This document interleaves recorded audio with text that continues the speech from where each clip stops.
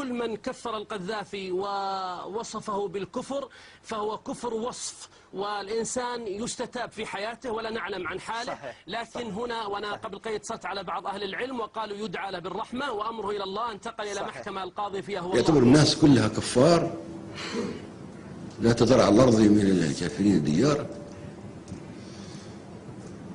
وعندهم الناس كلها عدو وكلنا أعداهم يجب يقتلونه وما فيش إلا القتل.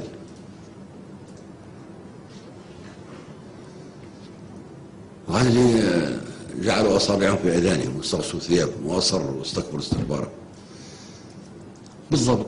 حتى بتناقشهم يحطوا صباحهم في أذانهم ويقول لا باعتباركم أنتم كفار. أنت كيف كفار؟ احنا نصيم وهم ما يصوموش، احنا نصلي وهم ما يصلوش. هم هذول حتى الصلاة ما يصلوا. أحمد إلى السوق واشترى تفاحا ثم ركب الأتوبيس ثم رجع إلى شقته وضيع المفتاح ثم دخل إلى بيت جيرانهم ودخل إلى بيته وارتاح. هذه سورة التفاح هذه.